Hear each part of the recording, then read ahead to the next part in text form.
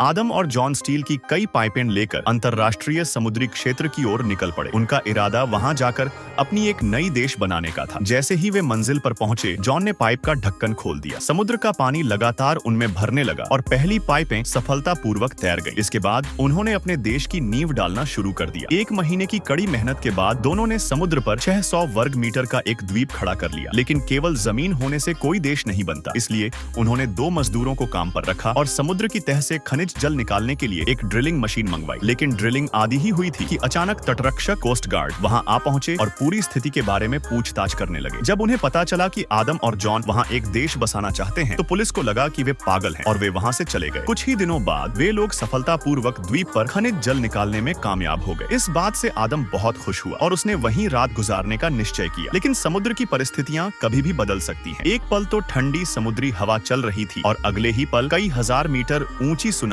अचानक उठ खड़ी हुई। शुक्र है कि उन्होंने नींव मजबूती से बनाई थी। उसी समय आदम की नजर अचानक एक फ्लेयर रॉकेट सिग्नल पर पड़ी। ध्यान से देखने पर उसे पास ही एक छोटी नाव दिखाई दी जो डूबने की कगार पर